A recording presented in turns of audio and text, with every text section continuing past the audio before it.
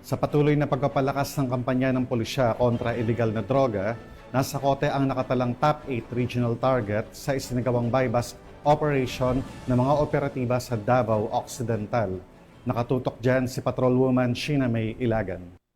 Todong isang drug suspect na tinaguri ang top 8 regional level target matapos ng sigawang bypass operation ng mga otoridad sa pangunguna ng mga operatiba ng Santa Maria Municipal Police Station nito lamang Abril taong kasalukuyan. Kinilala ni Police Captain John Raywan L. Abadia, officer in charge ng Santa Maria Municipal Police Station, ang suspect na si Alias Jan, 32 anyos na residente ng Barangay San Isidro, Santa Maria, Davao Occidental.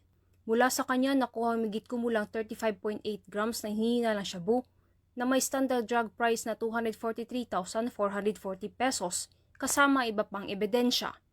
Naharap ngayon ng suspect sa kasong paglabag sa Republic Act 9165 o Comprehensive Dangerous Drugs Act of 2002.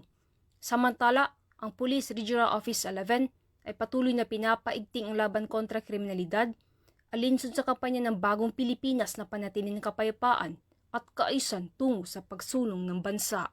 Mula dito sa Police Regional Office 11, ako inyong PN Correspondent, Patrolwoman Sheena May Ilagan, alagad ng batas tagataguyod ng Balitang Pulis.